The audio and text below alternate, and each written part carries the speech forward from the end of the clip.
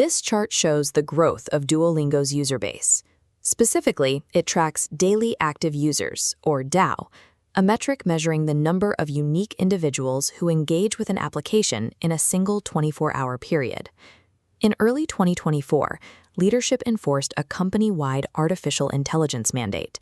12 months later, the platform crossed 50 million daily active users and generated over $1 billion in bookings.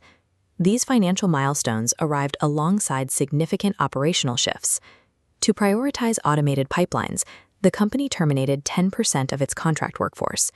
This move coincided with compressed gross margins and a series of public relations challenges involving user concerns over content quality. Scaling artificial intelligence alters the economic model of software. When every new interaction incurs a variable compute cost, the traditional rules of high-margin software growth no longer apply. Duolingo's architecture relies on a two-layer system. The foundational layer is a proprietary machine learning model called BirdBrain. Machine learning is a field of AI that allows software to improve its performance by identifying patterns in data without being explicitly programmed for every task. BirdBrain processes roughly 1 billion interactions every day to estimate user proficiency and exercise difficulty. The second layer uses GPT-4 to run agentic workflows. An agentic workflow is an AI system that uses specific tools and memory states to complete complex tasks autonomously within defined safety constraints. This powers features like real-time video calls, where a digital character remembers facts from a user's previous sessions. This split-screen data board tracks a shift in the company's unit economics. On the left, revenue passed $1 billion.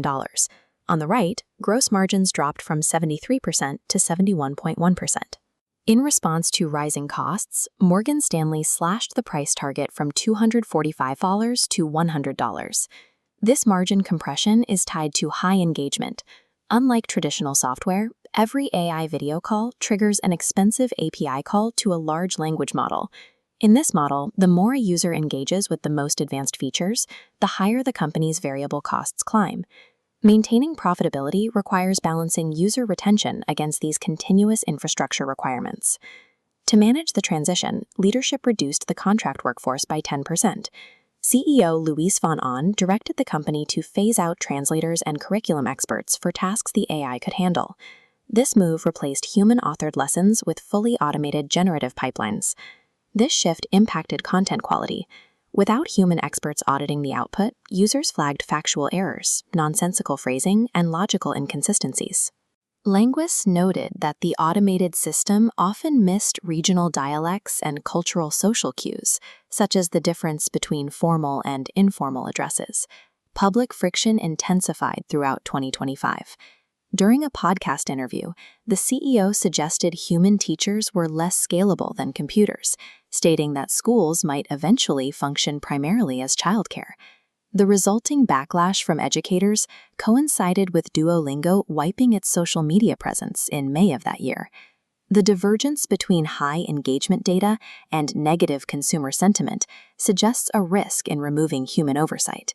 While the platform achieved record scale, it also faced a decrease in user trust regarding the accuracy of its lessons. This Gantt chart outlines a framework for managing an AI transition. In the first 30 days, operators must audit all human workflows. You establish baselines for cost per unit, turnaround time, and quality before implementing any automation. Days 31 to 60 focus on a pilot phase. You automate high-volume tasks, but keep human reviewers in the loop for outputs. If the AI requires human correction on more than 20% of its work, the workflow is not ready for wider deployment. In the final 30 days, you scale only after building a per-interaction margin model. This ensures you understand the exact compute cost of every user interaction before the bill arrives. Implementation success is measured by a 3-layer KPI tree. You track engagement, but you also monitor financial limits on compute costs and reputation metrics like user-reported error volume. While artificial intelligence can drive significant growth, deploying it without human guardrails and margin modeling often leads to high operational costs and brand damage. Welcome.